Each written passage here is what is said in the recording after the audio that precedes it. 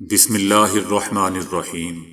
السلام علیکم دوستو، دنیا بھر کی خبروں میں آج آپ سنیں گے، لیکن اس سے پہلے اگر ہو سکے تو لائک اور سبسکرائب کا بٹن ضرور دبا لیں۔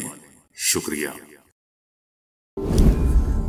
بھارت میں لوک سبھا کے انتخابات کا مرحلہ مکمل ہو چکا ہے اور بی جے پی کی واضح برتری کا دعویٰ کیا گیا ہے۔ لوک سبھا کے انتخابات کے آخری مرحلے میں بھارت کی 8 ریاستوں میں 57 نشستوں پر ووٹنگ کا عمل ہفتے کو مکمل کر لیا گیا۔ اس دوران ووٹر ٹرن آؤٹ 49% رہا۔ ووٹوں کی گنتی کا عمل اور حتمی نتائج کا اعلان 4 جون کو ہی کیا جائے گا۔ بھارتیہ جنتا پارٹی کی واضح برتری دکھائی دے رہی ہے اور امکان ظاہر کیا گیا ہے کہ نیشنل ڈیموکریٹک الائنس 360 نشستوں کے ساتھ واضح برتری حاصل کر لے گی، جس کے بعد بی جے پی اپنا وزیر اعظم بآسانی لا سکے گی۔ بھارتیہ جنتا پارٹی کی جانب سے وزیر اعظم کے امیدوار مودی ہیں اور ایسی صورت میں مسلسل تیسری بار بھارت کے وزیر اعظم منتخب ہو کر ریکارڈ بنا لیں گے۔ اپوزیشن الائنس لوک سبھا میں صرف 154 نشستیں حاصل کر سکی ہے، جبکہ حکومت میں آنے کے لیے لوک سبھا میں 272 نشستیں درکار ہوتی ہیں۔ بھارت کے کئی ریاستوں میں بی جے پی اور اتحادی جماعتیں واضح برتری کے ساتھ آگے ہیں، تاہم دوستو حتمی اعلان 4 جون کو ہی کیا جائے گا۔ امریکی صدر جو بائیڈن نے غزہ میں جنگ بندی کے لیے ایک روڈ میپ تیار کیا ہے۔ دیگر ثالثوں قطر اور مصر نے بھی فریقین یعنی اسرائیل اور حماس پر اس روڈ میپ کو قبول کرنے پر زور دیا ہے۔ اسرائیل نے امریکی صدر جو بائیڈن کی جنگ بندی روڈ میپ کی کئی تجاویز کو قبول کرنے کا اشارہ دیتے ہوئے خبردار کیا ہے کہ اگر حماس نے انحراف کیا تو اسرائیل دوبارہ جنگ کا حق محفوظ رکھتا ہے۔ اسرائیل نے روڈ میپ کے مرحلے میں اپنے 33 یرغمالیوں کی زندہ یا مردہ حالت میں واپسی اور دوسرے مرحلے میں جنگ ختم کرنے پر رضامندی ظاہر کی ہے۔ اسرائیل دوستو اپنی ڈٹائی پر قائم ہے کہ جنگ بندی کے لیے ہماری شرائط میں کوئی تبدیلی نہیں آئی ہے۔ اسرائیل اب بھی حماس کی عسکری اور انتظامی صلاحیتوں کو تباہ کرنے کا عزم کیے ہوئے ہے، ایسا دوستو اسرائیل کا کہنا ہے۔ امریکی روڈ میپ 3 مرحلوں پر مشتمل ہے۔ پہلے مرحلے میں غزہ میں 10 گھنٹے تک فضائی بمباری روکی جائے گی اور حماس کی فراہم کردہ فہرستوں کی بنیاد پر اسرائیل اپنے ہر یرغمالی کے بدلے 30 فلسطینی قیدیوں کو رہا کرے گا۔ دوسرے مرحلے میں غزہ اور رفح میں آبادی والے علاقوں سے اسرائیلی افواج کا انخلاء ہے، جبکہ تیسرے مرحلے میں غزہ کی تعمیر نو شامل ہے، جو 3 سے 5 سال کے دوران مکمل ہوگی۔ امریکی صدر جو بائیڈن نے خود روڈ میپ کے بارے میں بتاتے ہوئے کہا ہے کہ روڈ میپ کا پہلا مرحلہ 6 ہفتوں پر محیط ہوگا، جس میں مکمل جنگ بندی، رہائشی علاقوں سے اسرائیلی افواج کے انخلاء اور بے گھر ہونے والوں کی اپنے گھروں کو واپسی شامل ہے۔ صدر جو بائیڈن کا کہنا ہے کہ پہلے مرحلے کے دوران اسرائیل دوسرے مرحلے تک پہنچنے کے لیے حماس کے ساتھ بات چیت کرے گا، جس میں تمام زندہ اسرائیلی یرغمالیوں کی فلسطینی قیدیوں کے بدلے رہائی اور فریقین کے درمیان جنگ اور جدل کا مستقل خاتمہ شامل ہے۔ صدر جو بائیڈن نے مزید بتایا تھا کہ تیسرے مرحلے میں غزہ کی پٹی کی تعمیر نو ہوگی۔ امریکی صدر جو بائیڈن نے بتایا ہے کہ روڈ میپ کی تجاویز حماس کو پیش کی گئی تھی اور یہ تقریباً وہی تجاویز ہیں جس پر حماس نے چند ہفتے قبل اتفاق کیا تھا۔ تاہم حماس کی جانب سے امریکی روڈ میپ پر تاحال کوئی باضابطہ بیان سامنے نہیں آیا۔ البتہ اسرائیل اور حماس کے درمیان جنگ بندی مذاکرات کے ثالثی قطر اور مصر نے دونوں فریقین پر امریکی روڈ میپ پر متفق ہونے پر زور دیا ہے۔ دوستو یاد رہے کہ غزہ میں 7 اکتوبر سے جاری بمباری میں شہید ہونے والے فلسطینیوں کی تعداد بڑھ کر 37,000 کے قریب جا پہنچی ہے، جبکہ 82,000 سے زائد زخمی ہیں۔ شہید اور زخمی ہونے والوں میں نصف تعداد خواتین اور بچوں کی ہے۔ سپریم کورٹ آف پاکستان نے نیب ترامیم انٹرا کورٹ اپیلوں پر 30 مئی کو ہونے والی سماعت کا تحریری حکم نامہ جاری کر دیا ہے۔ سپریم کورٹ کی جانب سے جاری تحریری حکم نامے میں کہا گیا ہے کہ خیبر پختونخوا حکومت کی جانب سے عدالتی کارروائی براہ راست دکھانے کی درخواست دی گئی، اور درخواست میں ایک جواز پیش یہ کیا گیا کہ دیگر کیسز کے مقابلے میں اس کیس کی عدالتی کارروائی براہ راست نشر نہ کرنا امتیازی سلوک ہے۔ کے پی حکومت کا جواز حقائق کے منافی ہے، کیونکہ بہت کم مقدمات کی کارروائی براہ راست دکھائی گئی ہے۔ تحریری حکم نامے میں کہا گیا ہے کہ کچھ مقدمات کی براہ راست نشریات دکھائی گئی، لیکن بعد میں انصاف کے تقاضوں کو مد نظر رکھتے ہوئے نشریات روک دی گئیں۔ خیبر پختونخوا حکومت کی درخواست میں کوئی قانونی نقطہ بیان نہیں کیا گیا ہے، اور یہ بھی نہیں بتایا گیا کہ خیبر پختونخوا حکومت کے بنیادی حقوق سے کیسے انحراف کیا جا رہا ہے۔ سپریم کورٹ نے کہا ہے کہ براہ راست نشریات دکھانے کی خیبر پختونخوا حکومت کی درخواست مسترد کی جاتی ہے۔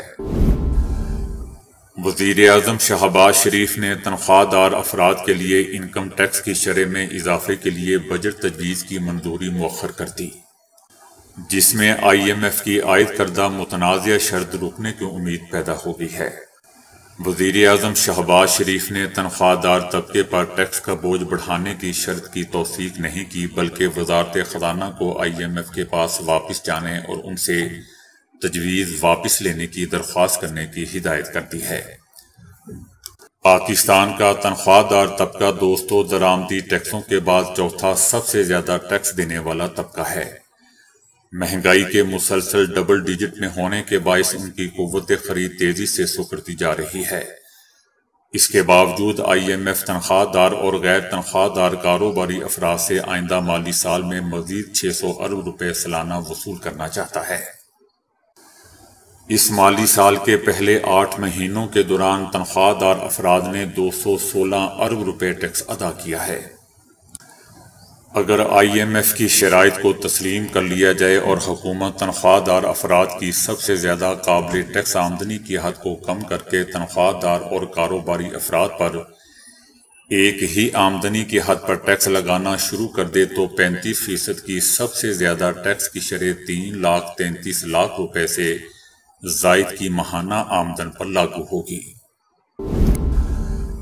افغانستان میں ڈرون حملے میں 8 تقریب کار ہلاک ہو گئے۔ افغانستان کے جنوبی صوبہ پکتیکا کے ضلع گومل میں گاڑی پر ایک ڈرون حملے کے نتیجے میں 8 افراد مارے گئے، جن میں طالبان گنڈا پور اقوام کے 5 جبکہ مسعود اقوام کے 3 افراد شامل ہیں۔ اس کے بعد انکشاف کیا گیا ہے کہ ڈرون حملے میں مرنے والے تمام تقریب کاروں کا تعلق زرار گروپ سے تھا۔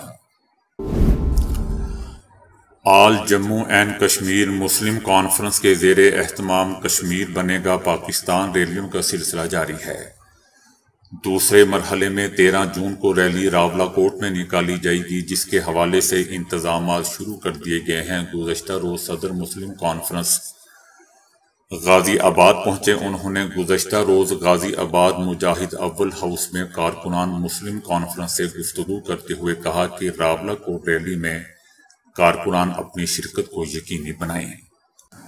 مسلم کانفرنس نے آزاد کشمیر بھر میں کشمیر بنے گا پاکستان ریلیوں کا انعقاد کر رہی ہے، جس کا مقصد پاک فوج سے اظہار یکجہتی اور پاکستان سے والہانہ محبت کا واضح ثبوت دینا ہے۔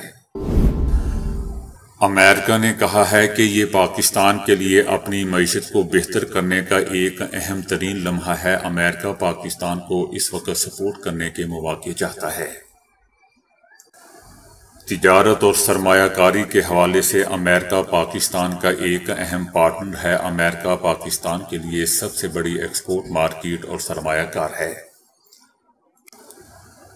امریکی فرمیں اعلیٰ معیار کی انویسٹمنٹ پاکستان میں لاتی ہیں۔ پاکستان اپنی معاشی پوزیشن سے نمٹنے کے لیے شارٹ ٹرم کاوشیں کر رہا ہے۔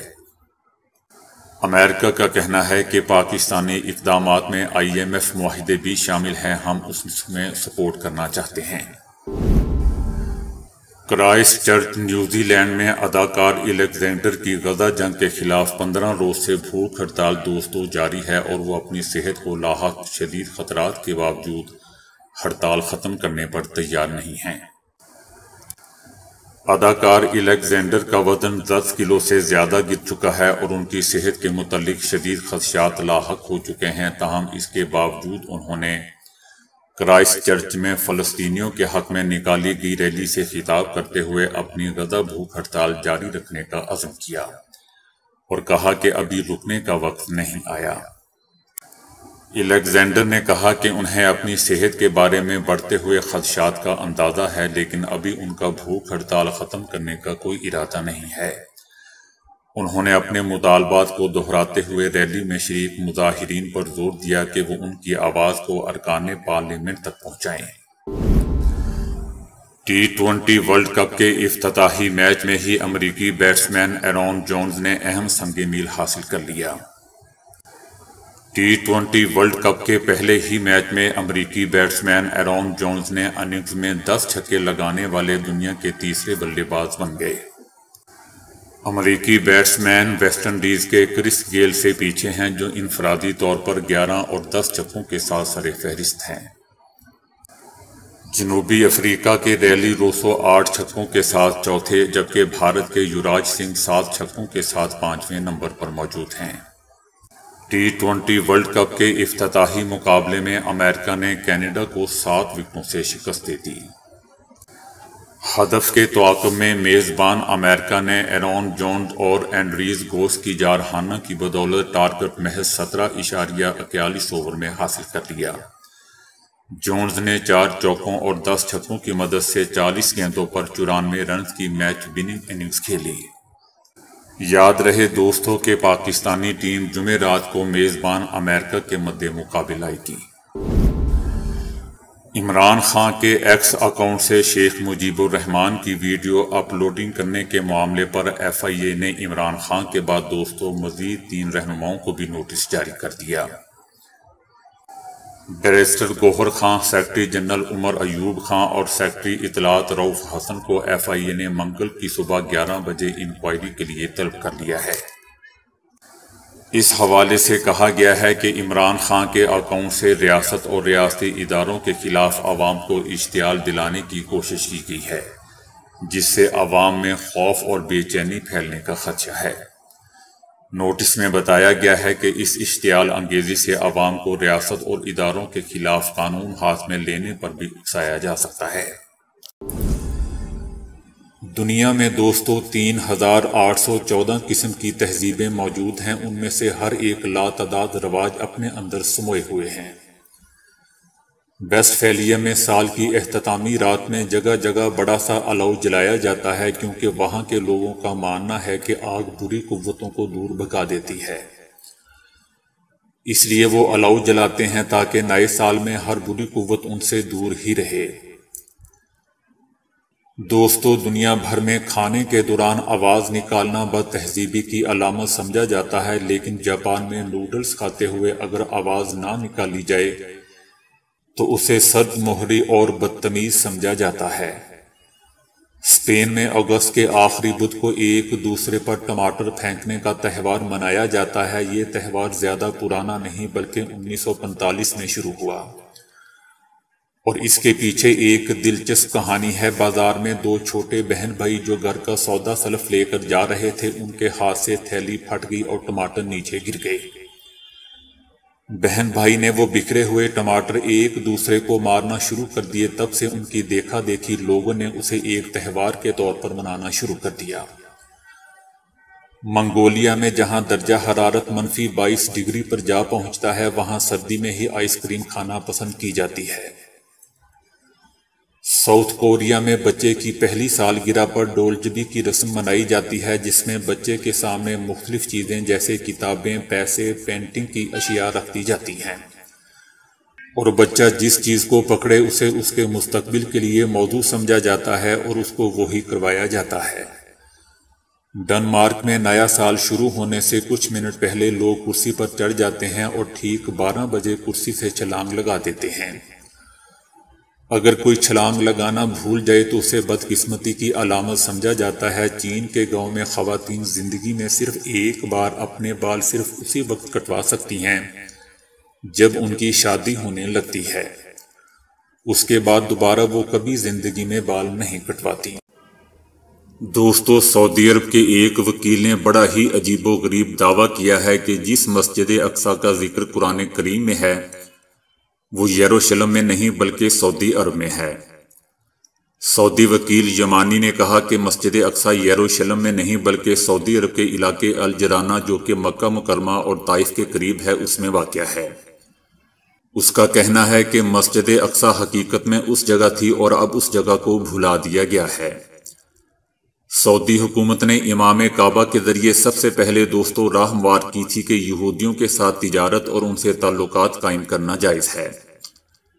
رسول اللہ صلی اللہ علیہ وآلہ وسلم نے اپنے زمانے میں یہودیوں سے میل جول رکھا تھا، ایسا سعودی حکومت کا کہنا تھا۔ سعودی حکومت نے اس مقصد کے لیے احادیث کا بھی سہارا لیا تھا۔ اب سعودی اخبار آکاز میں اس وکیل کا ایک مضمون شائع ہوا ہے جس میں اس نے دعویٰ کیا ہے کہ جس مسجد اقصی کا ذکر قرآن کریم میں ہے وہ مکہ کے نزدیک ایک علاقے میں واقع ہے، یروشلم میں نہیں۔ دوستو، یاد رہے کہ اس اخبار میں سعودی حکومت کی مرضی کے بغیر کوئی بھی آرٹیکل شائع نہیں ہوتا۔ اس شخص کا یہ بھی کہنا ہے کہ حضرت محمد صلی اللہ علیہ وآلہ وسلم کبھی یروشلم آئے ہی نہیں، وہ البراق کے ذریعے آسمانوں پر چلے گئے تھے۔ ہم جو کہتے ہیں کہ مسجد اقصی یروشلم میں موجود ہے یہ ایک غلط بات ہے اور ہمیں اس سے دستبردار ہو جانا چاہیے۔ تو دوستو، ابھی کے لیے اتنا ہی۔ ویڈیو کو لائک اور شیئر کرنے کا بہت بہت شکریہ۔